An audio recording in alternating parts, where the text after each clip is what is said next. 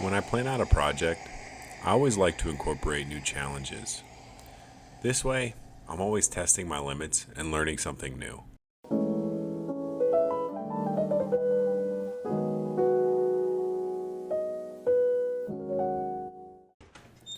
When I designed this knife, I kind of wanted to go with a somewhat of a classic looking knife. And I also drew a little inspiration from RVD Knives. He recently posted this copperhead knife that was really cool. And so I wanted to incorporate some of that red copper in the handle. I designed this knife to be as big as I could fit on my last piece of 1075 steel. And I'll be using a grinding wheel to get it to its rough shape.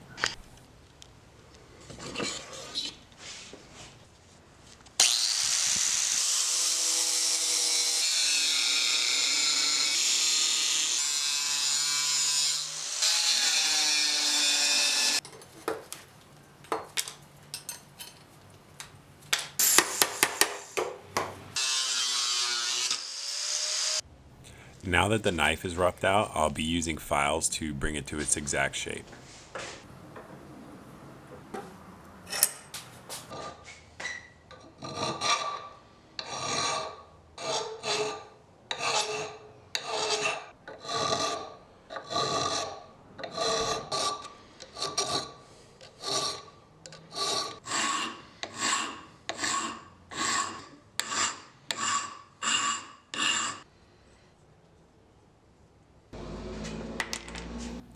The marker is to make it more visible when I mark the center line using a 3/16 drill bit.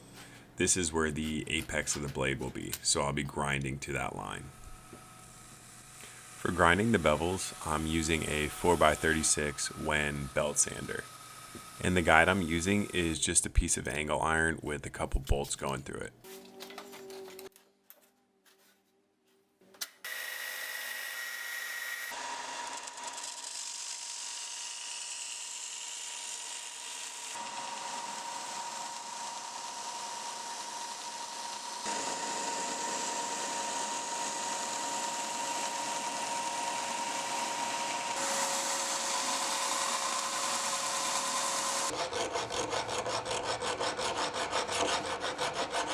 I realized that this knife was going to be quite heavy, so I redesigned the handle to remove just a little bit of the weight.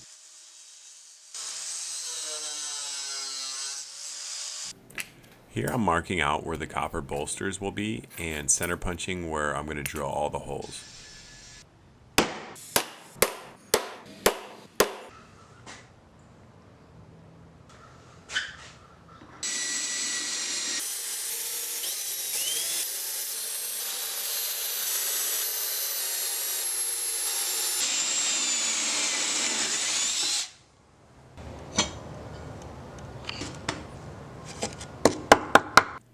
Now that the holes are finished being drilled, it's time to move on to one of the challenges that I incorporated into this knife, which is file work on the spine. I'll be making a simple vine in 1/4 inch increments.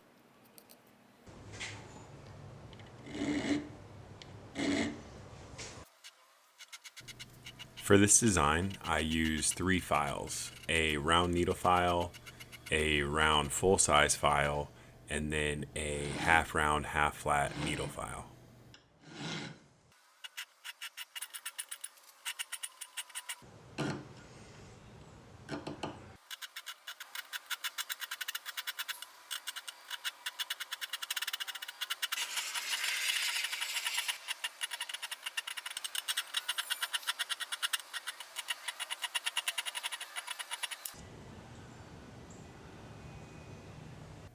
With the file work done, it's time to make the copper bolsters.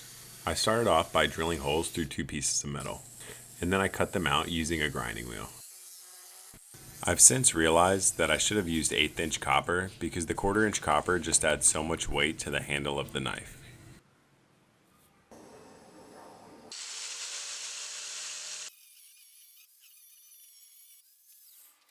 God, it completely melted my... It was at this point that I also realized I should have cut them closer to their shape while they were still in the bar form as opposed to small pieces.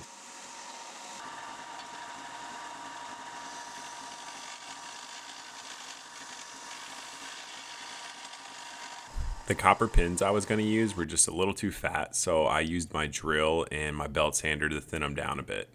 Also, if you noticed, I used brass pins to work on the bolsters because the copper pins were just too soft and bendable.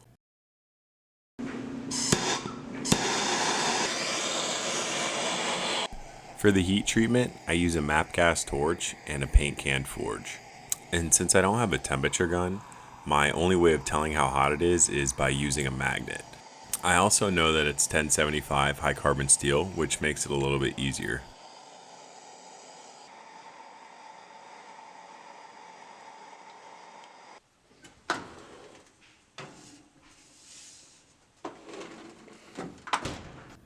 Prior to the heat treatment, I sanded the knife up through 320 grit. And then once the heat treatment was done, I sanded it up through 600 grit, which is just what I have available in my shop.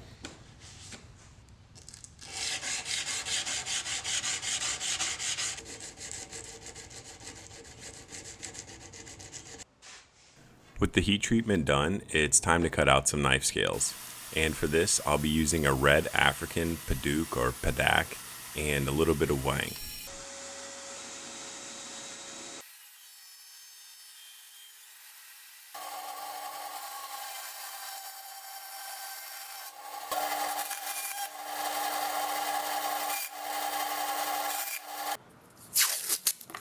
Before I can cut the scales to shape, I need to glue on the copper bolsters.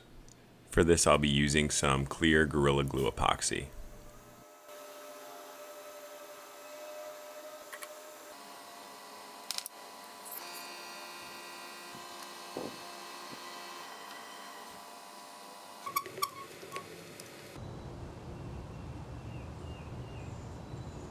Now I'll grind the pins down using my belt sander before getting the scales done.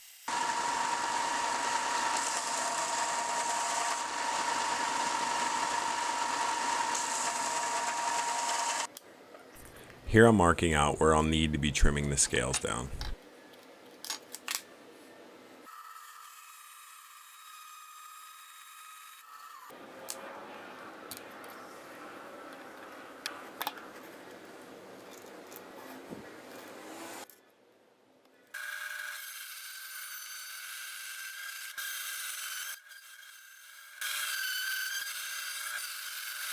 Once that's done, I will drill the holes for the pins.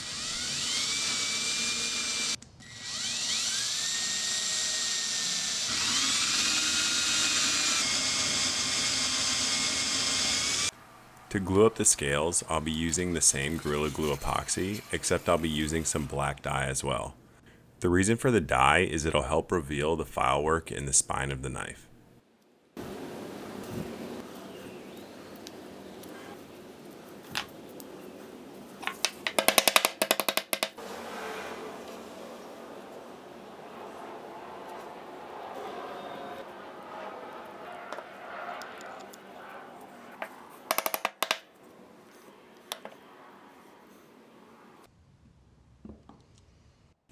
With the glue up finally done, I'll use the belt sander to grind the handle flat, and then I'll use some rotary tools to grind down the edges and polish it up.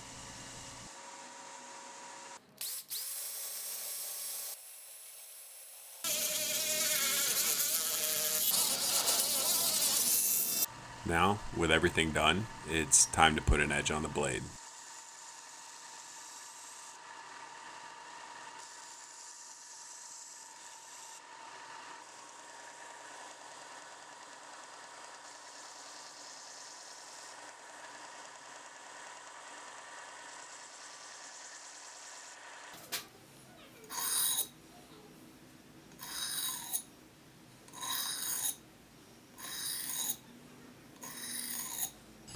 I'm still pretty terrible at sharpening knives, but with a bit more practice, I'm sure I'll get there.